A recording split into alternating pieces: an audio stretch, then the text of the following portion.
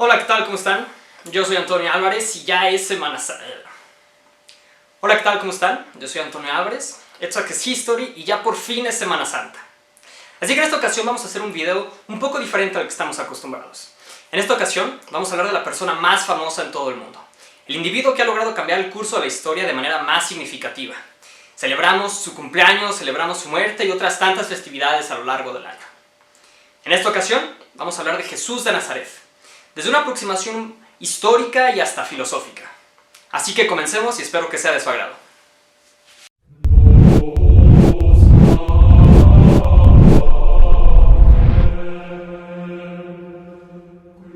Comencemos con lo más elemental.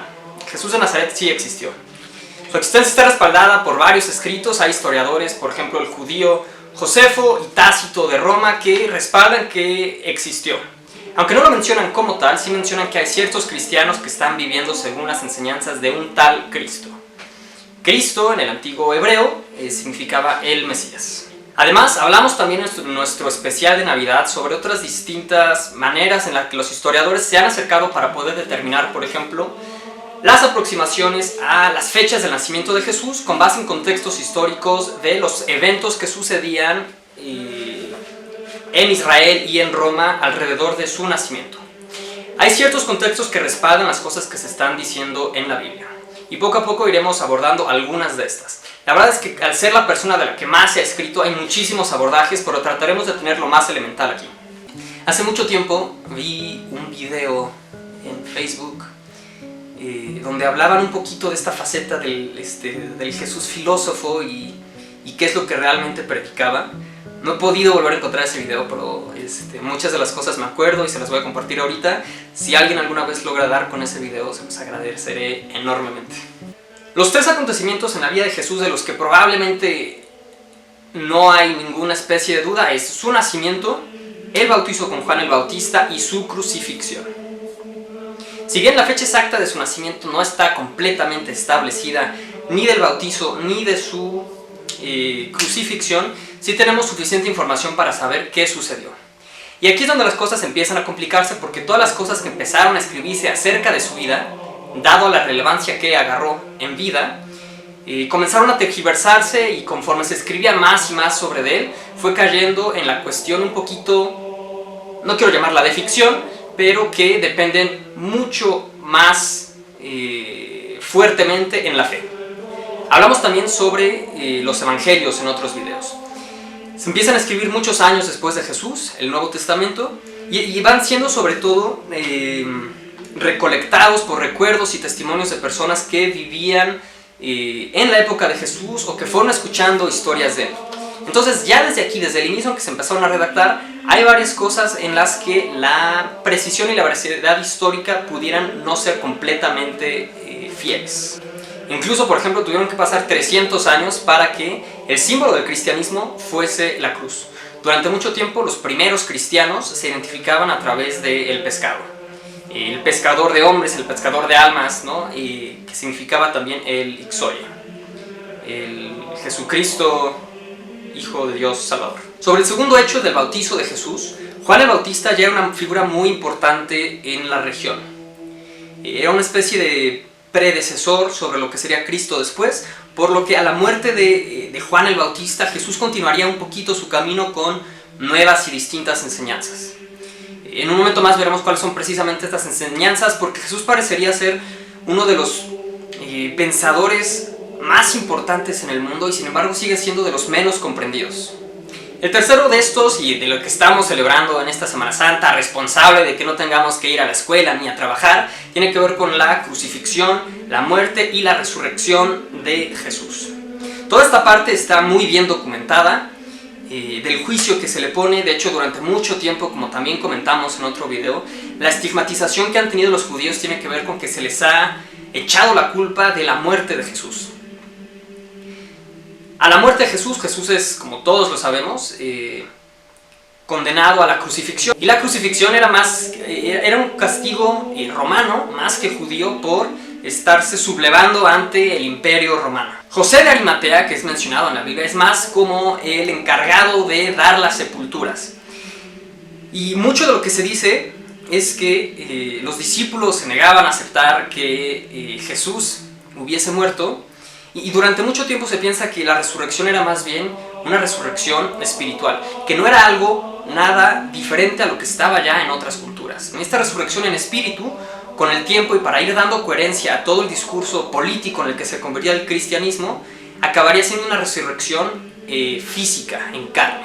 El Nuevo Testamento está lleno de simbolismos. De hecho, si vemos en la Biblia, se habla nada más del nacimiento de Jesús y luego ya parte de su adultez, cuando empieza a hacer los milagros, y esta última parte de su vida antes de que muera. Y parecería que la niñez y toda su adolescencia está completamente desaparecida. Pero vamos a entender un poquito el contexto en el que nace Jesús. Jesús nace como un judío, y es un judío pobre.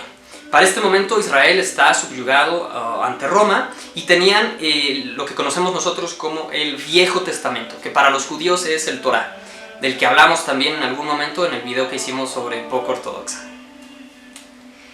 El Viejo Testamento narra a grandes rasgos la historia de Israel hasta ese momento, un pueblo que todavía hasta el siglo pasado, incluso el día de hoy, ha sufrido mucho. Hablan toda la historia de Israel, desde cómo Dios crea el mundo, cómo Israel es el pueblo elegido, y luego cómo empiezan a sobrevivir, las diferentes tribus que hay también en Israel. Y a lo largo de todo el Viejo Testamento parecería que está este ciclo en el que se ve envuelto el pueblo de Israel de bonanza, y luego pareciera que hay como corrupción, se empiezan a corromper porque les empieza a ir muy bien, y entonces los líderes empiezan a ser corruptos, y luego viene el caos. Y entonces, a lo largo de los diferentes libros está este círculo, se crean los templos y se vuelven a destruir y los vuelven a conquistar, y entonces está un poquito todo este ciclo entre la bonanza, el caos, como intermediario la corrupción. Eventualmente el pueblo de Israel es conquistado por los babilonios, y estos son exiliados. Y en este exilio parecería que la cultura y la idiosincrasia judía se arraiga y empieza a tener una especie de exaltación. Muchos profetas y filósofos tienen una gran época en este momento. Y luego vienen diferentes libros del Viejo Testamento, como el de Eclesiastes y el de Job, que son muy profundos. No soy teólogo, ni siquiera soy católico, pero muestran un lado muy diferente, una faceta muy diferente de Dios. De hecho, durante todo el Viejo Testamento, la faceta que tiene es muy diferente a la que vemos después, incluso en el Nuevo Testamento. Es un Dios mucho más punitivo, y en el que le quita la familia a Job, y en el que Job, a pesar de aferrarse a toda su fe, como que parecería no tener sentido, y para qué cuestiona a Dios. Si pueden tener a alguien que los guíe a través de estas lecturas, pues es mucho mejor. Y luego está el libro de Cantares, que Cantares es un libro mucho más, no precisamente erótico, pero mucho más romántico, y es un libro que a lo mejor su eje tiene que ver con el amor, ¿no? Y esto va a ser relevante por algo que vamos a ver ahorita después, sobre las enseñanzas de Jesús. Flash forward, el pueblo de Israel es conquistado por Roma, y le responden ahora al emperador. Y bueno, Jesús nace pobre, hijo de un carpintero, en un pueblo subyugado que está esperando poder regresar a estas épocas de su esplendor. No por esto quiere decir que fuese un completo ignorante. De hecho, podemos entender que Jesús era una persona muy sabia y que le gustaba leer, y era una persona educada en todos los sentidos de la palabra, y que seguramente estaba muy familiarizado con los textos a la mano, ¿no? Sobre todo el Torá. Y entonces, en este sentido, justamente que tiene que ver con lo que estamos celebrando un poquito durante esta semana, Jesús, en un arrebato entre madurez y rebeldía, se va durante, se dice, 40 días y 40 noches al desierto.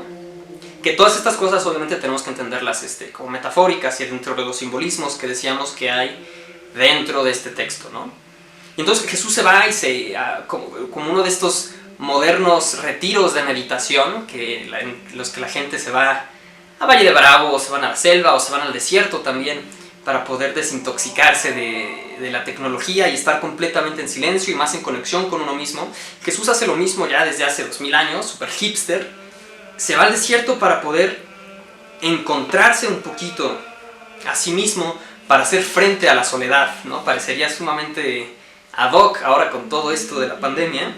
Y además es una temporada en la que él se dice que está rechazando todas estas tentaciones de la carne, ¿no? Y de la carne en el sentido no nada más de lo que la gente hace de la cuaresma, sino realmente de todas las tentaciones físicas. Y Jesús durante este tiempo en el desierto logra hacer lo mismo, de echarse un poquito para atrás y poder reanalizar sus concepciones, y pareciera que se ilumina, y se ilumina en el sentido budista de la palabra, ¿no? Muy parecido a lo que hizo Buda, porque entonces regresa y pareciera que regresa ya con el miedo más elemental de todas las personas superado, que es este miedo a poder superar la muerte, el miedo a la muerte como tal, que es lo que nos hace más humanos y es el empuje que tenemos en la vida para hacer todas las cosas, este relojito y esta guillotina que tenemos atrás que nos hace tratar de acabarnos el mundo.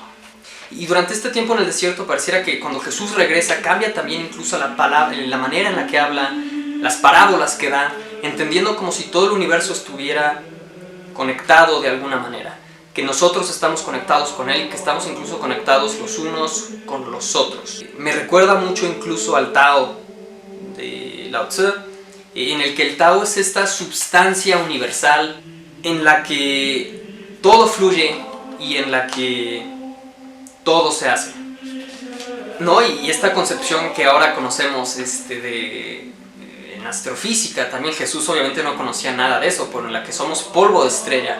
Y entonces, si todo lo que conocemos está hecho de la misma sustancia, quiere decir que entonces yo un poquito tengo parte de ti, y tú tienes parte de mí, y el mundo alrededor de mí tiene una parte de mí, y yo al mismo tiempo tengo una parte de él. Y quizá mucho de la incomprensión tiene que ver con el fraseo que él hace, que puede generar una gran confusión alrededor de estos conceptos. Porque hijo de Dios no era quizá la manera más acertada de poderlo describir, pero es lo que él conocía porque él creció con estas enseñanzas judías del Viejo Testamento. Yo soy hijo de Dios, como si fuera en este sentido de que yo soy hijo de esta fuerza universal, de este Tao, pero tú también eres hijo de Dios. Y por eso todos somos hijos de Dios, porque todos somos hijos de Dios derivados de esta sustancia universal. Durante muchos miles de años, las antiguas culturas eran politeístas. Esto quiere decir que tenían muchos dioses y cada dios tenía una función específica. Estaba el dios de la lluvia, el dios del sol. Y los judíos tuvieron una de las primeras religiones monoteístas. Era un dios que tenía muchas caras diferentes, así como si fuera un dado de n número de caras, en la que el dios podía variar dependiendo de lo que necesitaras. Y entonces todo estaba concentrado en un mismo lugar. Este dios para ellos era justamente Yahvé. Pero incluso en su concepción Jesús no nada más era él el hijo de Dios, sino todos eran hijos de Dios y todos tenían de alguna manera un poder igualitario. Y esto contrastaba de manera radical contra lo que hacían emperadores como el César y lo que harían reyes después en Europa durante la Edad Media, en la que ellos mismos también se decían estar en esa posición por naturaleza divina, pero únicamente ellos y nadie más. Entonces vamos a una de las principales enseñanzas de Cristo que tienen que ver con el reino de Dios. La época en la que él está viviendo es una época de gran inestabilidad política, de crisis económicas, y por eso los discursos de que viene el apocalipsis están cada vez más cerca, porque tienen que ver con la caída de Roma y nuevamente esta opresión hacia el pueblo de Israel. Y ya de por sí la sociedad estaba ya muy dividida. Entonces era una época en la que en general había mucho odio, mucha segregación y muchas divisiones entre ellos. Y entonces parte del reino de Dios tiene que ver con el empezar a crear un ambiente positivo, favorable y amoroso alrededor de nosotros. Porque probablemente la principal idea que giraba en torno a todo esto era justamente el amor. Y esto lo vemos en dos de las predicaciones más importantes que hace, que son la regla de oro, ¿no? Trata a los demás como te gustaría ser tratado, y el amor al prójimo, ¿no? Reflejado en esta onda de un mandamiento nuevo les doy, ámense los unos a los otros. Y híjole, acabarme de las clases de catecismo está cañón. Y claro, ámense los unos a los otros con el tiempo también fue perdiendo fuerza y fue perdiendo cordura, porque cómo es que de ese principio tan bonito llegamos a esta segregación a los homosexuales, porque Jesús entendía que el odio y la violencia únicamente llevarían a más odio y violencia, que es lo que había estado pasando durante muchos años antes. El odio y la violencia seguían perpetuando la misma situación en la que se encontraba Israel y por eso no podían salir de ahí. Entonces sí pueden ver cómo esta postura es algo completamente radical. Por eso Jesús muere crucificado, porque muere como un rebelde ante el imperio. Y la parte probablemente más dramática de todo esto es los segundos antes de que muera y sus últimas palabras. Porque Jesús pareciese que muriese ateo. Padre, ¿por qué me has abandonado? Porque quién sabe si hay una vida después de la muerte. Entonces, por si sí o por si no, se trataba de crear este paraíso dentro de la tierra. Entonces, en esta filosofía que él predicaba al inicio, esta idea de la Trinidad era más como si el Padre fuera este concepto unificador, el Tao que está en todos lados. El Hijo, representado por el individuo de todas y cada una de las personas. Y el Espíritu Santo, como si fuera esta fuerza, este concepto y la idea que sigue perdurando a través de la comunidad durante el tiempo. Y cómo es que hoy esta religión y estas ideas tan bonitas del amor han llegado a dividir tanto a las personas, han llegado a generar odio y han llegado a ser causantes de guerra. ¿Cómo es que el cristianismo llegó a convertirse en todo lo contrario a lo que predicaba? La respuesta más fácil es que el cristianismo se convirtió en algo político. Como hemos dicho en anteriores ocasiones, Constantino oficializó la religión en el Imperio Romano. Tuvo la sede ahí en Constantinopla. Surge la necesidad de tener una población más unificada, que era la gran ventaja que tenía el cristianismo. Y aunque existían diferentes facciones, al haber un solo Dios, era ya una gran ventaja contra las otras religiones politeístas que existían en el territorio. Entonces, se juntan en el Consejo de Nicea para poder decidir todas estas cosas sobre el cristianismo y poder decidir su futuro y la línea que le darán al imperio a través de la religión. En este Consejo de Nicea es donde se deciden qué evangelios van a quedar en la versión oficial, y por eso vemos que los evangelios se contradicen de repente entre sí. Ya vimos que los evangelios eran recolectados por la gente que había escuchado y sabía cosas mucho tiempo después de la muerte de Jesús. Y es también durante este consejo los que quedan de lado y que no pueden entrar en el discurso oficial, que son los que conocemos como los evangelios apócrifos. Y a partir de este momento, Jesús se torna algo político y se vuelve esta cara un poquito del imperio. Entonces Jesús de repente acaba teniendo un estatus como si fuera de rey, completamente contrario a lo que él había predicado. Es que en las monarquías europeas, ¿cómo era posible que semejante rey, semejante persona tan poderosa no estuviera, por ejemplo, adornada de oro? Y entonces Jesús se muda el corazón y la mente de las personas a las nuevas grandes catedrales europeas. Y estas catedrales, algunas eran adornadas con oro, y Jesús vestía coronas, y Jesús vestía todas esas cosas a las que él jamás tuvo acceso y que jamás hubiera aceptado. Y en este proceso de institucionalización se dieron cuenta que necesitaban también una cara para este movimiento y esta nueva religión. Y entonces recurren a los viejos dioses romanos que tenían. Y por eso la figura de Jesús que conocemos y vemos en las iglesias, mamado, de barba y pelo largo, está basada realmente en los viejos dioses romanos. Tanto la imagen que tenemos de Dios como de Jesús están basados en gran medida, por ejemplo, en Zeus. Porque de tener realmente la figura histórica de Jesús, sería de unos 60, de una piel de bronce, nada parecido al caucásico que vemos hoy en día. Porque incluso en muchas de las pinturas más primitivas relacionadas al cristianismo, vemos a un hombre de pelo corto, sin barba, cargando a su oveja. Y después encuentran una manera de generar todavía más unidad entre la población. Es una manera en la que dicen que todavía muchas personas suelen generar grandes amistades, y es a través del odio o de echar chismes contra la otra persona. El cristianismo encuentra a sus enemigos en los musulmanes, religión que crecía rápidamente en los continentes asiáticos y en África. Y entonces por eso declaran las cruzadas, y entonces ya tienen a su enemigo en común. Irónicamente, el Islam ni siquiera niega la existencia de Jesús. En el Islam, Jesús existe, en el Corán incluso hablan de Jesús, hablan de él como si fuera un profeta, sin embargo no hablan de que haya sido crucificado, sino que simplemente asciende al cielo. Y luego, para la buena suerte de esta religión, se descubre el continente americano. Y a partir de ese momento, la plata y la sangre de los nativos americanos empieza a financiar toda la religión. Y el cristianismo y la religión completa que se institucionalizó empieza a movilizarse a través de la plata, y a partir de este momento todo empieza a acelerarse y pareciera como si ahora entonces nuestro nuevo Dios hubiese sido el dinero.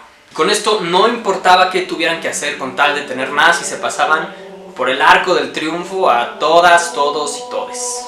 Y entonces, cada vez que esto empieza a evolucionar, Jesús empieza a adquirir un estatus cada vez más alto y cada vez más divino, y estas viejas enseñanzas que tenían muchas más humanas, y el perfil más humano y más histórico que se tenía de Jesús, empieza a tergiversarse y empieza a parecer una figura cada vez más inaccesible para las personas. Para muchas personas incluso se habla de que Jesús pudo haber tenido hermanos como Santiago. No sabemos si estos hermanos eran directamente del matrimonio de José y María o si eran de un matrimonio anterior de José.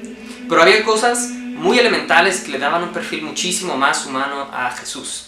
La relación con María Magdalena, que el Vaticano tanto tiempo ha tratado de negar y que el Código Da Vinci despertó con mucho ímpetu, sería una excelente manera de poder tener un acceso también a ese perfil mucho más de carne y hueso de Jesús. ¿Qué cosa tan más humana que el poder tener una relación y entregarte a otra persona? ¿Qué cosa tan más humana y de hombre pudo haber hecho Jesús que haber dejado, por ejemplo, un hijo con su pareja? Poderse bajar de ese estatus tan divino que tenía y estar realmente en un plano terrenal y hacer la acción más humana y de mayor expresión de amor, le daría un estatus que ningún Dios podría tener. Y es que el amor que él predicaba es un sentimiento tan bonito, es un sentimiento que nos hace abrirnos y que nos vuelve vulnerables y que al mismo tiempo nos da miedo. Pero es que al entregarnos podemos crecer, y puedo crecer yo y puedes crecer tú y podemos crecer nosotros.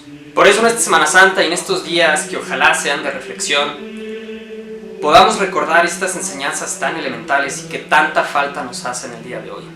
En un tiempo en donde todo parece estar dividido y donde las personas en el poder quieren dividirnos cada vez más, y en el que el dinero ha seguido adquiriendo este carácter divino y en el que nos matamos para tratar de poder alcanzarlo a cualquier costa y sobre costa de quien sea, quizá necesitemos retomar a estas enseñanzas tan básicas como el amor al prójimo. No importar si somos católicos, cristianos, ateos, musulmanes o judíos, es algo que todos compartimos y es algo en lo que todos podemos crecer y es algo que todos hemos sentido alguna vez. Más allá de este halo místico que hay alrededor de esta figura, no hay duda que sus enseñanzas cambiaron el curso de la humanidad por siempre y para siempre. Quizás es hora de acercarnos un poquito para poder entender este concepto que en todas las religiones está presente y que son lo que todas ellas predican, sin importar cuánto nos quieran dividir. Porque con estas pequeñas acciones quizá realmente podamos comenzar a hacer un pequeño paraíso aquí en la tierra para todas las personas y todas las criaturas que hay dentro de él. Que nuestra tarea de todos los días sea precisamente regalarle una sonrisa a la persona que lo necesite, un abrazo, tenderle la mano a las personas que más lo necesitan. Les dejo esta tarea, espero no haberlos confundido, fue un formato muy diferente al que estoy acostumbrado a hacer, completamente sin guión. Espero no haber divagado tanto. Si les gustó, por favor ayúdenme a compartir este video, se los agradeceré de todo corazón. Los amo, que tengan una excelente Pascua y nos vemos a la próxima. Podemos ir en paz, la misa ha terminado. Sí está más difícil de lo que pensé, hacerlo sin guión, pero